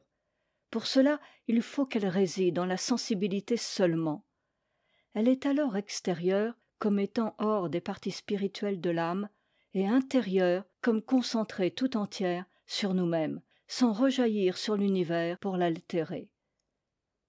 Le malheur contraint à reconnaître comme réel ce qu'on ne croit pas possible. Malheur, le temps emporte l'être pensant malgré lui vers ce qu'il ne peut pas supporter et qui viendra pourtant. Que ce calice s'éloigne de moi. Chaque seconde qui s'écoule entraîne un être dans le monde vers quelque chose qu'il ne peut pas supporter. Il y a un point de malheur où l'on n'est plus capable de supporter ni qu'il continue, ni d'en être délivré. La souffrance n'est rien hors du rapport entre le passé et l'avenir. Mais quoi de plus réel pour l'homme que ce rapport? Il est la réalité même. Avenir, on pense que cela viendra demain, jusqu'au moment où on pense que cela ne viendra jamais. Deux pensées allègent un peu le malheur, ou qu'il va cesser presque immédiatement, ou qu'il ne cessera jamais. Impossible ou nécessaire. Mais on ne peut pas penser qu'il est simplement. Cela est insoutenable. Ce n'est pas possible. Ce qui n'est pas possible, c'est de penser un avenir où le malheur continuerait. L'élan naturel de la pensée vers l'avenir est arrêté. L'être est déchiré dans son sentiment du temps. Dans un mois, dans un an, comment souffrirons-nous? L'être qui ne peut supporter de penser ni au passé ni à l'avenir, il est abaissé jusqu'à la matière. Russe blanc de chez Renaud. On peut ainsi apprendre à obéir comme la matière, mais sans doute se fabriquait-il des passés et des avenirs proches et mensongers. Morcellement du temps pour les criminels et les prostituées. Il en est de même des esclaves. C'est donc un caractère du malheur. Le temps fait violence, c'est la seule violence. Un autre te ceindra et te mènera où tu ne veux pas aller. Le temps mène où l'on ne veut pas aller. Qu'on me condamne à mort, on ne m'exécutera pas si, dans l'intervalle, le temps s'arrête. Quoi qu'il puisse arriver d'affreux, peut-on désirer que le temps s'arrête, que les étoiles s'arrêtent? La violence du temps déchire l'âme. Par la déchirure entre l'éternité. Tous les problèmes se ramènent au temps. Douleur extrême, temps non orienté. Voie de l'enfer ou du paradis. Perpétuité ou éternité. Ce ne sont pas la joie et la douleur qui s'opposent, mais les espèces de l'une et de l'autre. Il y a une joie et une douleur infernales, une joie et une douleur guérisseuse, une joie et une douleur célestes. Par nature, nous fuyons la souffrance et cherchons le plaisir. C'est uniquement par là que la joie sert d'image au bien et la douleur d'image au mal. D'où l'imagerie du paradis et de l'enfer. Mais en fait, plaisir et douleur sont des couples inséparables. Souffrance, enseignement et transformation. Il faut non pas que les initiés apprennent quelque chose, mais qu'il s'opère en eux une transformation qui les rende aptes à recevoir l'enseignement. Pathos signifie à la fois souffrance, notamment souffrance jusqu'à la mort, et modification, notamment transformation en un être immortel. La souffrance et la jouissance comme source de savoir. Le serpent a offert la connaissance à Adam et à Ève. Les sirènes ont offert la connaissance à Ulysse. Ces histoires enseignent que l'âme se perd en cherchant la connaissance dans le plaisir. Pourquoi ? Le plaisir peut-être est innocent, à condition qu'on n'y cherche pas la connaissance. Il n'est permis de la chercher que dans la souffrance. L'infini qui est dans l'homme est à la merci d'un petit morceau de fer. Telle est la condition humaine. L'espace et le temps en sont cause. Impossible de manier ce morceau de fer sans réduire brusquement l'infini qui est dans l'homme à un point de la pointe, un point de la poignée, au prix d'une douleur déchirante. L'être tout entier est atteint un moment. Il n'y reste aucune place pour Dieu, même chez le Christ, où la pensée de Dieu n'est plus du moins que celle d'une privation. Il faut arriver jusque-là pour qu'il y ait incarnation. L'être tout entier devient privation de Dieu. Comment aller au-delà ? Il n'y a plus, après cela, que la résurrection. Pour aller jusque-là, il faut le contact froid du fer nu. Il faut au contact du fer se sentir séparé de Dieu comme le Christ, sans quoi c'est un autre Dieu. Les martyrs ne se sentaient pas séparés de Dieu, mais c'était un autre Dieu. Il valait mieux peut-être ne pas être martyr. Le Dieu où les martyrs trouvaient la joie dans les tortures, où la mort est proche de celui qui a été officiellement adopté par l'Empire, et ensuite imposé par des exterminations. Dire que le monde ne vaut rien, que cette vie ne vaut rien, et donner pour preuve le mal, est absurde. Car si cela ne vaut rien, de quoi le mal prive-t-il ? Ainsi, la souffrance dans le malheur et la compassion pour autrui sont d'autant plus pures et plus intenses qu'on conçoit mieux la plénitude de la joie. De quoi est-ce que la souffrance prive celui qui est sans joie ? Et si on conçoit la plénitude de la joie, la souffrance est encore à la joie comme la faim à la nourriture. Il faut avoir eu par la joie la révélation de la réalité, pour trouver la réalité dans la souffrance. Autrement, la vie n'est qu'un rêve, plus ou moins mauvais. Il faut parvenir à trouver une réalité plus pleine encore dans la souffrance, qui est néant et vide. De même, il faut aimer beaucoup la vie pour aimer encore davantage la mort. La violence. La mort est ce qui a été donné de plus précieux à l'homme. C'est pourquoi l'impiété suprême est d'en mal user. Mal mourir, mal tuer. Mais comment échapper à la fois au suicide et au meurtre ? Après la mort, l'amour. Problème analogue. Ni mauvaise jouissance, ni mauvaise privation. La guerre et Eros sont les deux sources d'illusions et de mensonges parmi les hommes. Leur mélange est la plus grande impureté. S'efforcer de substituer de plus en plus dans le monde la non-violence efficace à la violence. La non-violence n'est bonne que si elle est efficace. Ainsi, question du jeune homme à Gandhi concernant sa sœur. La réponse devrait être « use de la force, à moins que tu ne sois telle que tu puisses la défendre avec autant de probabilité de succès sans violence. À moins que tu ne possèdes un rayonnement dont l'énergie, c'est-à-dire l'efficacité possible au sens le plus matériel, soit égale à celle contenue dans tes muscles. S'efforcer de devenir tel qu'on puisse être non violent, cela dépend aussi de l'adversaire. Cause des guerres. Chaque homme, chaque groupe humain se sent à juste titre légitime maître et possesseur de l'univers. Mais cette possession est mal comprise, faute de savoir que l'accès, pour autant qu'il est possible à l'homme sur terre, en passe, pour chacun, par son propre corps. Alexandre est à un paysan propriétaire ce qu'est Don Juan à un mari heureux. Guerre.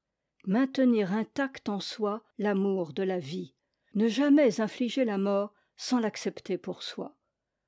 Au cas où la vie de X serait liée à la sienne propre, au point que les deux morts doivent être simultanées, voudrait-on pourtant qu'il meure? Si le corps et l'âme tout entière aspirent à la vie, et si pourtant, sans mentir, on peut répondre oui, alors on a le droit de tuer. La croix. Quiconque prend l'épée périra par l'épée, et quiconque ne prend pas l'épée ou la lâche périra sur la croix. Le Christ guérissant des infirmes, ressuscitant des morts, etc., c'est la partie humble, humaine, presque basse de sa mission. La partie surnaturelle, c'est la sueur de sang, le désir insatisfait de consolations humaines, la supplication d'être épargné, le sentiment d'être abandonné de Dieu. L'abandon au moment suprême de la crucifixion, quel abîme d'amour des deux côtés. Mon Dieu, pourquoi m'as-tu abandonné? Là est la véritable preuve que le christianisme est quelque chose de divin. Pour être juste, il faut être nu et mort, sans imagination. C'est pourquoi le modèle de la justice doit être nu et mort. La croix seule n'est pas susceptible d'une imitation imaginaire. Il faut un homme juste à imiter pour que l'imitation de Dieu ne soit pas un simple mot, mais il faut, pour que nous soyons portés au-delà de la volonté, que nous ne puissions pas vouloir l'imiter. On ne peut pas vouloir la croix. On pourrait vouloir n'importe quel degré d'ascétisme ou d'héroïsme, mais non pas la croix qui est souffrance pénale. Ceux qui ne conçoivent la crucifixion que sous l'aspect de l'offrande en effacent le mystère salutaire et l'amertume salutaire. Souhaiter le martyre est beaucoup trop peu. La croix est infiniment plus que le martyre. La souffrance la plus purement amère, la souffrance pénale comme garantie d'authenticité. Croix. L'arbre du péché fut un vrai arbre, l'arbre de vie fut une poutre. Quelque chose qui ne donne pas de fruits, mais seulement le mouvement vertical. Il faut que le Fils de l'homme soit élevé, et il vous attirera à lui. On peut tuer en soi l'énergie vitale en conservant seulement le mouvement vertical. Les feuilles et les fruits sont du gaspillage d'énergie si on veut seulement monter. Ève et Adam ont voulu chercher la divinité dans l'énergie vitale, un arbre, un fruit. Mais elle nous est préparée sur du bois mort, géométriquement équarri où pend un cadavre. Le secret de notre parenté à Dieu doit être cherché dans notre mortalité. Dieu s'épuise à travers l'épaisseur infinie du temps et de l'espèce pour atteindre l'âme et la séduire. Si elle se laisse arracher, ne fût-ce que la durée d'un éclair, un consentement pur et entier, alors Dieu en fait la conquête. Et quand elle est devenue une chose entièrement à lui, il l'abandonne. Il la laisse complètement seule. Et elle doit à son tour, mais à tâtons, traverser l'épaisseur infinie du temps et de l'espace, à la recherche de celui qu'elle aime. C'est ainsi que l'âme refait, en sens inverse, le voyage qu'a fait Dieu vers elle. Et cela, c'est la croix. Dieu est crucifié du fait que des êtres finis, soumis à la nécessité, à l'espace et au temps, pensent. Savoir que comme être pensant et fini, je suis Dieu crucifié. Ressembler à Dieu, mais à Dieu crucifié. À Dieu tout-puissant pour autant qu'il est lié par la nécessité. Prométhée, le Dieu crucifié pour avoir trop aimé les hommes. Hippolyte, l'homme puni pour avoir été trop pur et trop aimé des dieux. C'est le rapprochement de l'humain et du divin qui appelle le châtiment. Nous sommes ce qui est le plus loin de Dieu, à l'extrême limite d'où il ne soit pas absolument impossible de revenir à lui. En notre être, Dieu est déchiré. Nous sommes la crucifixion de Dieu. L'amour de Dieu pour nous est passion. Comment le bien pourrait-il aimer le mal sans souffrir? Et le mal souffre aussi en aimant le bien. L'amour mutuel de Dieu et de l'homme est souffrance. Pour que nous sentions la distance entre nous et Dieu, il faut que Dieu soit un esclave crucifié, car nous ne sentons la distance que vers le bas. Il est beaucoup plus facile de se mettre par l'imagination à la place de Dieu créateur qu'à la place du Christ crucifié. Les dimensions de la charité du Christ, c'est la distance entre Dieu et la créature. La fonction de médiation par elle-même implique l'écartèlement. C'est pourquoi on ne peut concevoir la descente de Dieu vers l'homme ou l'ascension de l'homme vers Dieu sans écartèlement. Nous avons à traverser, et Dieu d'abord pour venir à nous, car il vient d'abord, l'épaisseur infinie du temps et de l'espace. Dans les rapports entre Dieu et l'homme, l'amour est le plus grand. Il est grand comme la distance à franchir. Pour que l'amour soit le plus grand possible, la distance est la plus grande possible. C'est pourquoi le mal peut aller jusqu'à l'extrême limite, au-delà de laquelle la possibilité même du bien disparaîtrait. Il a licence de toucher cette limite. Il semble parfois qu'il la dépasse. Cela est en un sens exactement le contraire de la pensée de Leibniz. C'est certainement plus compatible avec la grandeur de Dieu, car s'il avait fait le meilleur des mondes possibles, c'est qu'il pourrait peu de choses. Dieu traverse l'épaisseur du monde pour venir à nous. La passion, c'est l'existence de la justice parfaite, sans aucun mélange d'apparence. La justice est essentiellement non agissante. Il faut qu'elle soit transcendante ou souffrante. C'est la justice purement surnaturelle, absolument dénuée de tout secours sensible, même l'amour de Dieu en tant qu'il est sensible. La souffrance rédemptrice est celle qui met la souffrance à nu et la porte dans sa pureté jusqu'à l'existence. Cela sauve l'existence. Comme Dieu est présent dans la perception sensible d'un morceau de pain par la consécration eucharistique, il est présent dans le mal extrême par la douleur rédemptrice, par la croix. De la misère humaine à Dieu, mais non pas comme compensation ou consolation, comme corrélation. Il y a des gens pour qui tout ce qui rapproche Dieu d'eux-mêmes est bienfaisant. Pour moi, c'est tout ce qui l'éloigne. Entre moi et lui, l'épaisseur de l'univers et celle de la croix s'y ajoutent. La douleur est à la fois tout à fait extérieure et tout à fait essentielle à l'innocence. Sang sur la neige, l'innocence et le mal. Que le mal lui-même soit pur. Il ne peut être pur que sous la forme de la souffrance d'un innocent. Un innocent qui souffre répand sur le mal la lumière du salut. Il est l'image visible du Dieu innocent. C'est pourquoi un Dieu qui aime l'homme, un homme qui aime Dieu, doivent souffrir. L'innocence heureuse, quelque chose aussi d'infiniment précieux, mais c'est un bonheur précaire, fragile, un bonheur de hasard, fleur de pommier. Le bonheur n'est pas lié à l'innocence. Être innocent, c'est supporter le poids de l'univers entier, c'est jeter le contrepoids. En se vidant, on s'expose à toute la pression de l'univers environnant. Dieu se donne aux hommes en tant que puissants ou en tant que parfaits, à leur choix.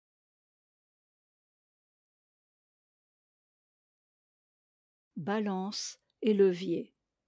Croix comme balance, comme levier. Descente, condition de la montée. Le ciel descendant sur terre soulève la terre au ciel. Levier, abaisser quand on veut élever. C'est de la même manière que celui qui s'abaisse sera élevé. Il y a aussi une nécessité des lois dans le domaine de la grâce. L'enfer même a ses lois, Goethe, le ciel aussi. Une nécessité rigoureuse qui exclut tout arbitraire, tout hasard, règle les phénomènes matériels. Il y a, si possible, moins encore d'arbitraire et de hasard dans les choses spirituelles, quoique libres. Un, le plus petit des nombres, le un qui est l'unique sage. C'est lui l'infini. Un nombre qui croit pense qu'il s'approche de l'infini. Il s'en éloigne. Il faut s'abaisser pour s'élever. Si un est Dieu, infini est le diable. La misère humaine contient le secret de la sagesse divine, et non pas le plaisir. Toute recherche d'un plaisir est recherche d'un paradis artificiel, d'une ivresse, d'un accroissement, mais elle ne nous donne rien, sinon l'expérience qu'elle est vaine. Seule la contemplation de nos limites et de notre misère nous met un plan au-dessus. Qui s'abaisse sera élevé. Le mouvement ascendant en nous est vain, et pire que vain, s'il ne procède pas d'un mouvement descendant. Statera facta corporis.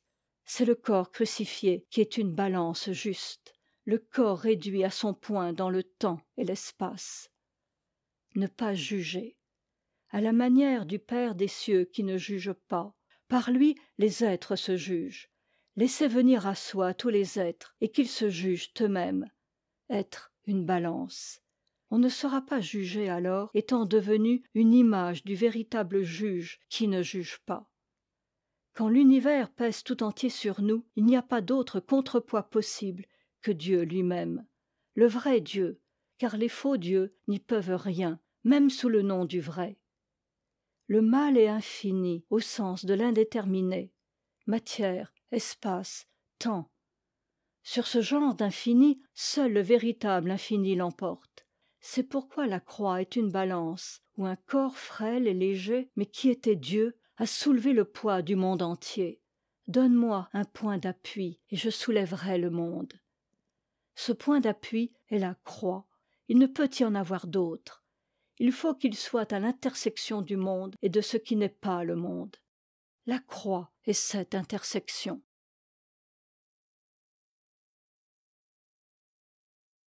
L'impossible. La vie humaine est impossible, mais le malheur seul le fait sentir. Le bien impossible. Le bien entraîne le mal et le bien. Et quand cela finira-t-il? Le bien est impossible. Mais l'homme a toujours l'imagination à sa disposition pour se cacher cette impossibilité du bien dans chaque cas particulier. Il suffit pour chaque événement qui ne nous broie pas nous-mêmes de voiler une partie du mal et d'ajouter du bien fictif. Et certains le peuvent, même s'ils sont broyés eux-mêmes. Et du même coup, pour se cacher de combien diffère l'essence du nécessaire de celle du bien, et s'interdire de vraiment rencontrer Dieu qui n'est pas autre chose que le bien lui-même, lequel ne se trouve nulle part en ce monde. Le désir est impossible, il détruit son objet. Les amants ne peuvent pas être un, ni Narcisse être deux, Don Juan, Narcisse. Parce que désirer quelque chose est impossible, il faut désirer le rien. Notre vie est impossibilité, absurdité. Chaque chose que nous voulons est contradictoire avec les conditions ou les conséquences qui y sont attachées. Chaque affirmation que nous posons implique l'affirmation contraire. Tous nos sentiments sont mélangés à leur contraire. C'est que nous sommes contradiction, étant des créatures, étant Dieu, et infiniment autres que Dieu. La contradiction seule fait la preuve que nous ne sommes pas tout. La contradiction est notre misère, et le sentiment de notre misère est le sentiment de la réalité. Car notre misère, nous ne la fabriquons pas, elle est vraie. C'est pourquoi il faut la chérir. Tout le reste est imaginaire. L'impossibilité est la porte vers le surnaturel. On ne peut qu'y frapper. C'est un autre qui ouvre. Il faut toucher l'impossibilité pour sortir du rêve. Il n'y a pas d'impossibilité en rêve, seulement l'impuissance. Notre Père, celui des cieux, il y a là une sorte d'humour. C'est votre Père, mais essayez un peu d'aller le chercher là-haut. Nous sommes exactement aussi incapables de nous décoller qu'un ver de terre. Et comment, lui, viendrait-il à nous, sans descendre? Il n'y a d'aucune manière de se représenter un rapport entre Dieu et l'homme qui ne soit aussi inintelligible que l'incarnation. L'incarnation fait éclater cette inintelligibilité. Elle est la manière la plus concrète de penser cette descente impossible. Dès lors, pourquoi ne serait-elle pas la vérité? Les liens que nous ne pouvons pas nouer sont le témoignage du transcendant. Nous sommes des êtres connaissants, voulants et aimants, et dès que nous portons l'attention sur les objets de la connaissance, de la volonté et de l'amour, nous reconnaissons avec évidence qu'il n'y en a pas qui ne soit impossible. Le mensonge seul peut voiler cette évidence.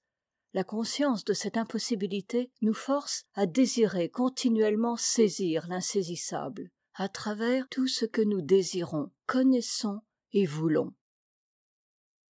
Quand quelque chose semble impossible à obtenir, quelque effort que l'on fasse, cela indique une limite infranchissable à ce niveau, et la nécessité d'un changement de niveau, d'une rupture de plafond. S'épuiser en efforts à ce niveau dégrade. Il vaut mieux accepter la limite, la contempler et en savourer toute l'amertume. L'erreur comme mobile, source d'énergie. Je crois voir un ami, je cours à lui. Un peu plus près, je m'aperçois que celui vers lequel je cours est un autre, un inconnu. De même, nous confondons le relatif avec l'absolu, les choses créées avec Dieu. Tous les mobiles particuliers sont des erreurs. L'énergie, qui n'est fournie par aucun mobile, est seule bonne. L'obéissance à Dieu, c'est-à-dire pour autant que Dieu déborde tout ce que nous pouvons imaginer ou concevoir, l'obéissance à rien. Cela est impossible et nécessaire à la fois, autrement dit, surnaturel. Un bienfait, c'est une bonne action si, en l'accomplissant, on a conscience avec toute l'âme qu'un bienfait est chose absolument impossible. Faire le bien. Quoi que je fasse, je sais d'une manière parfaitement claire que ce n'est pas le bien, car celui qui n'est pas bon ne fait pas le bien, et Dieu seul est bon. Dans toute situation, quoi qu'on fasse, on fait mal, et un mal intolérable. Il faut demander que tout le mal qu'on fait tombe seulement et directement sur soi. C'est la croix. Est bonne l'action qu'on peut accomplir en maintenant l'attention et l'intention totalement orientées vers le bien pur et impossible, sans se voiler par aucun mensonge, ni l'attrait, ni l'impossibilité du bien pur. Par là, la vertu est tout à fait analogue à l'inspiration artistique. Est beau le poème qu'on compose en maintenant l'attention orientée vers l'inspiration inexprimable, en tant qu'inexprimable.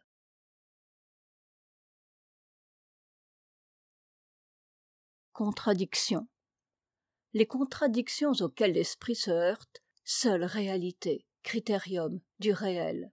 Pas de contradiction dans l'imaginaire. La contradiction est l'épreuve de la nécessité. La contradiction éprouvée jusqu'au fond de l'être, c'est le déchirement, c'est la croix. Quand l'attention fixée sur quelque chose y a rendu manifeste la contradiction, il se produit comme un décollement. En persévérant dans cette voie, on parvient au détachement. La corrélation représentable des contraires est une image de la corrélation transcendante des contradictoires. Tout bien véritable comporte des conditions contradictoires et par suite est impossible. Celui qui tient son attention vraiment fixée sur cette impossibilité et agit fera le bien. De même, toute vérité enferme une contradiction. La contradiction est la pointe de la pyramide. Le mot bien n'a pas le même sens comme terme de la corrélation bien-mal, ou comme désignant l'être même de Dieu. Existence des vertus contraires dans l'âme des saints. La métaphore de l'élévation correspond à cela. Si je marche au flanc d'une montagne, je peux voir d'abord un lac, puis, après quelques pas, une forêt. Il faut choisir ou le lac ou la forêt. Si je veux voir à la fois le lac et la forêt, je dois monter plus haut. Seulement, la montagne n'existe pas. Elle est faite d'air. On ne peut pas monter. Il faut être tiré. Preuve ontologique expérimentale. Je n'ai pas en moi de principe d'ascension. Je ne puis grimper dans l'air jusqu'au ciel. C'est seulement en orientant ma pensée vers quelque chose de meilleur que moi que ce quelque chose me tire vers le haut. Si je suis réellement tiré, ce quelque chose est réel. Aucune perfection imaginaire ne peut me tirer en haut, même d'1 millimètre. Car une perfection imaginaire se trouve automatiquement au niveau de moi qui l'imagine, ni plus haut, ni plus bas. Cet effet de l'orientation de la pensée n'est en rien comparable à la suggestion. Si je me dis tous les matins « je suis courageuse, je n'ai pas peur, je peux devenir courageuse », mais d'un courage qui sera conforme à ce que, dans mon imperfection actuelle, je me représente sous ce nom, et qui par suite n'ira pas au-delà de cette imperfection. Ce sera une modification sur le même plan, non un changement de plan. La contradiction est le critérium. On ne peut pas se procurer par suggestion des choses incompatibles. La grâce seule le peut. Un être tendre qui devient courageux par suggestion s'endurcit. Souvent même, il s'ampute lui-même de sa tendresse, par une sorte de plaisir sauvage. La grâce seule peut donner du courage en laissant la tendresse intacte, ou de la tendresse en laissant le courage intact. La grande douleur de l'homme, qui commence dès l'enfance et se poursuit jusqu'à la mort, c'est que regarder et manger sont deux opérations différentes. La béatitude éternelle est un état où regarder, c'est manger. Ce qu'on regarde ici-bas n'est pas réel, c'est un décor. Ce qu'on mange et détruit n'est plus réel. Le péché a produit en nous cette séparation. Les vertus naturelles, si on prend le mot vertu au sens authentique, c'est-à-dire en excluant les imitations sociales de la vertu, ne sont possibles en tant que comportement permanent qu'à celui qui a en lui la grâce surnaturelle. Leur durée est surnaturelle. Contraires et contradictoires. Ce que peut le rapport des contraires pour toucher l'être naturel, les contradictoires pensés ensemble le peuvent pour toucher Dieu. Un homme inspiré de Dieu est un homme qui a des comportements, des pensées, des sentiments liés par un lien non représentable. Idée pythagoricienne. Le bien se définit toujours par l'union des contraires. Quand on l'a éprouvé, on retourne au premier. C'est ce que la Gita nomme l'égarement des contraires. La dialectique marxiste est une vue très dégradée et tout à fait faussée de cela. Mauvaise union des contraires. L'impérialisme ouvrier développé par le marxisme. Proverbe latin sur l'insolence des esclaves nouvellement affranchis. L'insolence et la servilité s'aggravent mutuellement. Les anarchistes sincères, entrevoyant à travers un brouillard le principe de l'union des contraires, ont cru qu'en donnant le pouvoir aux opprimés, on détruit le mal. Rêve impossible. Qu'y a-t-il donc de spécifique dans la mauvaise et dans la bonne union des contraires? La mauvaise union des contraires, mauvaise parce que mensongère, est celle qui se fait sur le plan où sont les contraires. Ainsi l'octroi de la domination aux opprimés. On ne sort pas du couple oppression, domination. La bonne union des contraires se fait sur le plan au-dessus. Ainsi l'opposition entre la domination et l'oppression se dénoue au niveau de la loi, qui est l'équilibre. De même la douleur, et c'est là sa fonction propre, sépare les contraires unis pour les unir à nouveau sur le plan au-dessus de celui de leur union première. Pulsation, douleur, joie, mais la joie l'emporte toujours, mathématiquement. La douleur est violence, la joie est douceur, mais la joie est la plus forte. L'union des contradictoires est écartèlement, elle est impossible sans une extrême souffrance. La corrélation des contradictoires est détachement. Un attachement à une chose particulière ne peut être détruit que par un attachement incompatible. C'est pourquoi aimez vos ennemis, celui qui ne hait pas son père et sa mère. Ou on s'est soumis les contraires, ou on est soumis au contraire. Existence simultanée des incompatibles dans le comportement de l'âme. Balance qui penche des deux côtés à la fois, c'est la sainteté, la réalisation du microcosme, l'imitation de l'ordre du monde. Existence simultanée des vertus contraires dans l'âme comme pince pour atteindre Dieu. Trouver et formuler certaines lois de la condition humaine dont beaucoup de remarques profondes mettent en lumière des cas particuliers. Ainsi, ce qui est tout à fait supérieur reproduit ce qui est tout à fait inférieur, mais transposé. Parenté du mal avec la force, avec l'être, et du bien avec la faiblesse, le néant. Et en même temps le mal et privation, élucider la manière qu'ont les contradictoires d'être vrais. Méthode d'investigation. Dès qu'on a pensé quelque chose, cherchez en quel sens le contraire est vrai. Note. Cet aphorisme nous livre la clé des contradictions apparentes qui parsèment l'œuvre de Simone Weil. Amour de la tradition et détachement à l'égard du passé. Dieu conçu à la fois comme réalité suprême et comme néant, etc. Ces contradictoires sont vrais sur des plans différents de l'existence et leur opposition se dénoue au niveau de l'amour surnaturel. La raison perçoit les deux bouts de la chaîne, mais le centre qui les unit n'est accessible qu'à l'intuition non représentable. Note de l'éditeur. Fin de note. Le mal est l'ombre du bien.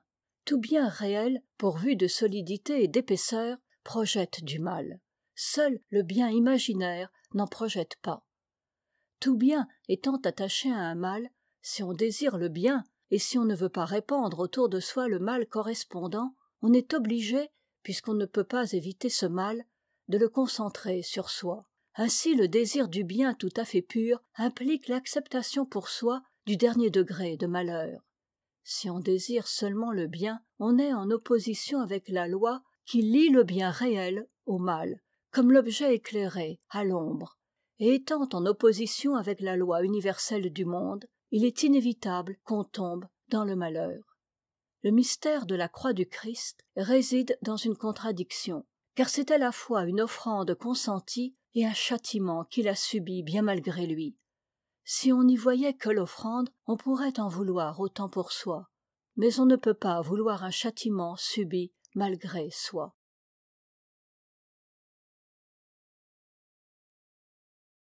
La distance entre le nécessaire et le bien. Note. Confère Platon, République, livre 6. Note de l'éditeur. Fin de note. La nécessité est le voile de Dieu. Dieu a confié tous les phénomènes sans exception au mécanisme du monde. Note.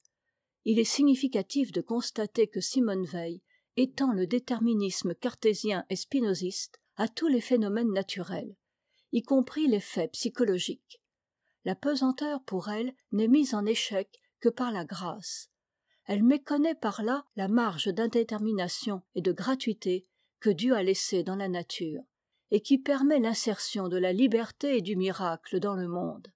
Il n'en reste pas moins qu'en fait, la pesanteur est pratiquement toute puissante. Saint Thomas reconnaît que la plupart des actions humaines sont dictées par l'aveugle appétit des sens et soumises au déterminisme des astres. Note de l'éditeur. Fin de note. Comme il y a en Dieu l'analogue de toutes les vertus humaines, aussi de l'obéissance. C'est le jeu qu'il laisse en ce monde à la nécessité. La nécessité, image saisissable pour l'intelligence de l'indifférence, de l'impartialité de Dieu. Ainsi, la notion ordinaire de miracle est une espèce d'impiété, un fait qui n'aurait pas de cause seconde, mais seulement une cause première. La distance entre le nécessaire et le bien est la distance même entre la créature et le Créateur. La distance entre le nécessaire et le bien, à contempler, sans fin. La grande découverte de la Grèce, la chute de Troie leur avait sans doute appris cela. Tout essai de justification du mal par autre chose que par « cela est une faute contre cette vérité.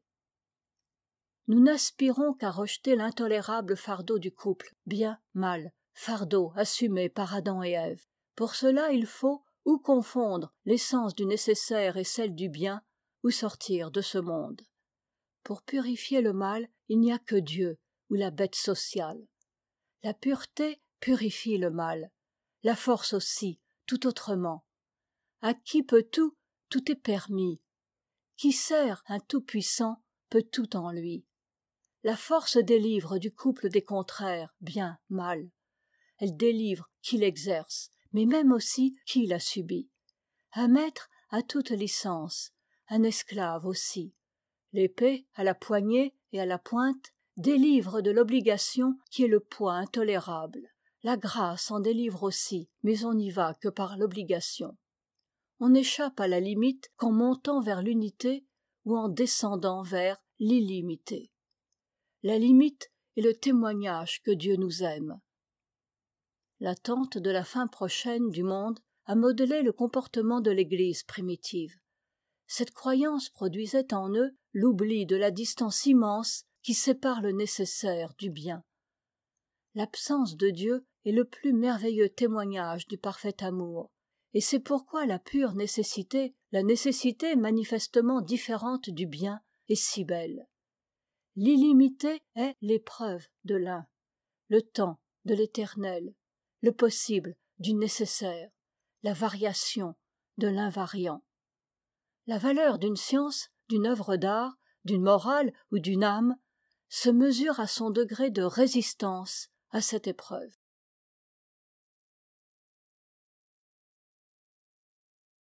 Hasard. Les êtres que j'aime sont des créatures. Ils sont nés du hasard. Ma rencontre avec eux est aussi un hasard. Ils mourront. Ce qu'ils pensent, ce qu'ils sentent et ce qu'ils font est limité et mélangé de bien et de mal. Savoir cela de toute son âme et ne pas les aimer moins. Imiter Dieu qui aime infiniment les choses finies en tant que choses finies. Nous voudrions que tout ce qui a une valeur fût éternel. Or, tout ce qui a une valeur est le produit d'une rencontre, dure par rencontre, et cesse lorsque ce qui s'était rencontré se sépare. C'est la pensée centrale du bouddhisme, pensée héraclitéenne. Elle mène tout droit à Dieu.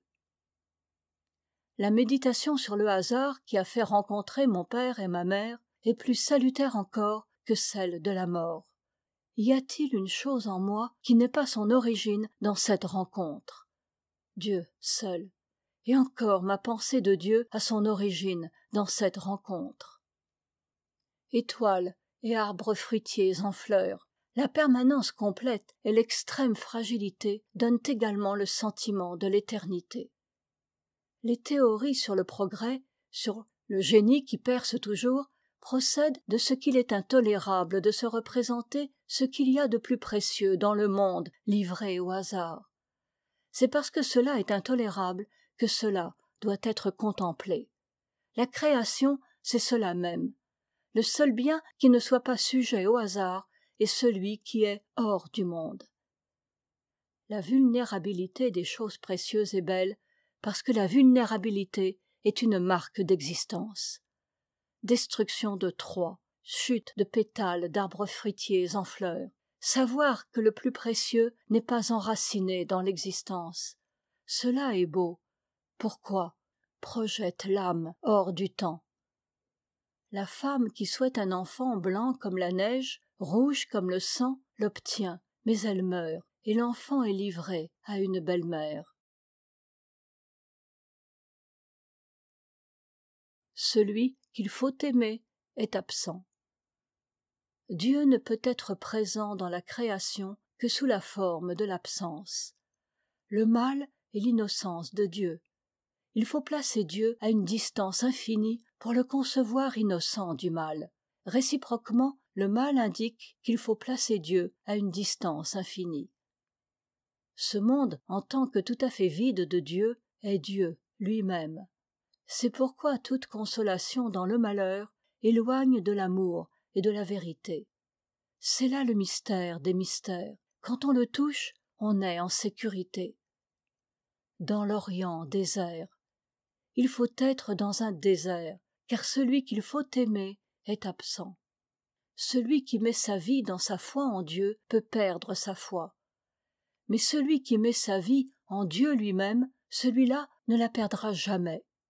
Mettre sa vie dans ce qu'on ne peut pas du tout toucher, c'est impossible, c'est une mort, c'est cela qu'il faut. Rien de ce qui existe n'est absolument digne d'amour. Il faut donc aimer ce qui n'existe pas.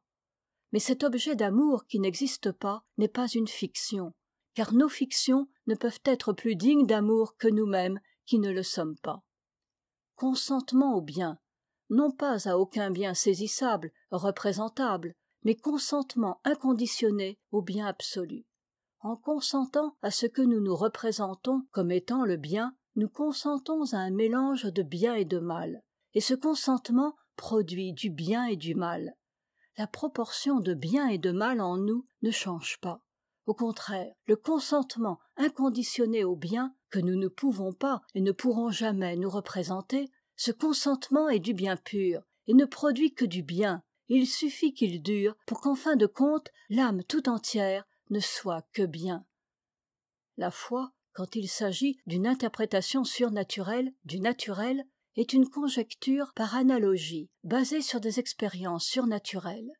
Ainsi ceux qui possèdent le privilège de la contemplation mystique, ayant fait l'expérience de la miséricorde de Dieu, supposent que, Dieu étant miséricorde, le monde créé est œuvre de miséricorde. Mais quant à constater cette miséricorde directement dans la nature, il faut se rendre aveugle, sourd, sans pitié, pour croire qu'on le peut. Aussi les juifs et les musulmans qui veulent trouver dans la nature les preuves de la miséricorde divine sont-ils impitoyables, et les chrétiens souvent aussi. C'est pourquoi la mystique est la seule source de la vertu d'humanité, car ne pas croire que derrière le rideau du monde il y ait une miséricorde infinie, ou croire que cette miséricorde est devant le rideau, ces deux choses rendent cruel. Il y a 4 témoignages de la miséricorde divine ici-bas, les faveurs de Dieu aux êtres capables de contemplation. Ces états existent et font partie de leur expérience de créature. Le rayonnement de ces êtres est leur compassion, qui est la compassion divine en eux, la beauté du monde. Le 4e témoignage est l'absence complète de miséricorde ici-bas. Note. C'est précisément par cette antithèse, ce déchirement entre les effets de la grâce en nous, la beauté du monde autour de nous et l'implacable nécessité qui régit l'univers, que nous percevons Dieu à la fois comme présent à l'homme et comme absolument irréductible à toute mesure humaine. Fin de note. Incarnation. Dieu est faible parce qu'il est impartial. Il envoie les rayons du soleil et la pluie sur les bons comme sur les méchants. Cette indifférence du Père et la faiblesse du Christ se répondent. Absence de Dieu. Le royaume des cieux est comme un grain de sénévé. Dieu ne change rien à rien. On a tué le Christ par colère parce qu'il n'était que Dieu. Si je pensais que Dieu m'envoie la douleur par un acte de sa volonté pour mon bien, je croirais être quelque chose, et je négligerais l'usage principal de la douleur qui est de m'apprendre que je ne suis rien. Il ne faut donc rien penser de semblable, mais il faut aimer Dieu à travers la douleur. Je dois aimer être rien, comme ce serait horrible si j'étais quelque chose. Aimer mon néant, aimer être néant, aimer avec la partie de l'âme qui est située de l'autre côté du rideau, car la partie de l'âme qui est perceptible à la conscience ne peut pas aimer le néant, elle en a horreur. Si elle croit l'aimer, ce qu'elle aime est autre chose que le néant. Dieu envoie le malheur indistinctement aux méchants comme aux bons, ainsi que la pluie et le soleil. Il n'a pas réservé la croix du Christ. Il n'entre en contact avec l'individu humain comme tel que par la grâce purement spirituelle qui répond au regard tourné vers lui, c'est-à-dire dans la mesure exacte où l'individu cesse d'en être un. Aucun événement n'est une faveur de Dieu, la grâce seule. La communion est bonne aux bons et mauvaise aux mauvais. Ainsi les âmes damnées sont au paradis, mais pour elles le paradis est enfer. Cri de la souffrance. Pourquoi ? Résonne dans toute l'Iliade. Expliquer la souffrance, c'est la consoler. Il ne faut donc pas qu'elle soit expliquée. D'où la valeur éminente de la souffrance des innocents. Elle ressemble à l'acceptation du mal dans la création par Dieu qui est innocent. Le caractère irréductible de la souffrance, qui fait qu'on ne peut pas ne pas en avoir horreur au moment où on la subit, a pour destination d'arrêter la volonté. Comme l'absurdité arrête l'intelligence, comme l'absence arrête l'amour, afin qu'arrivé au bout des facultés humaines, l'homme tende les bras, s'arrête, regarde et attende. Il se rit du malheur des innocents. Silence de Dieu. Les bruits d'ici-bas imitent ce silence. Ils ne veulent rien dire.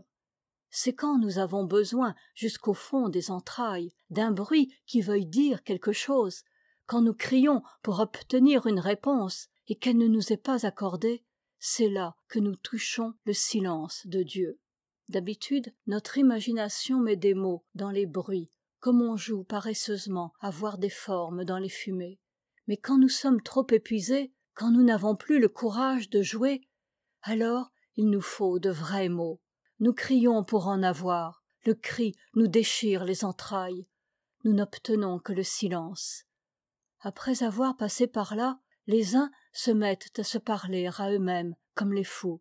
Quoi qu'ils fassent après cela, il ne faut avoir pour eux que de la pitié.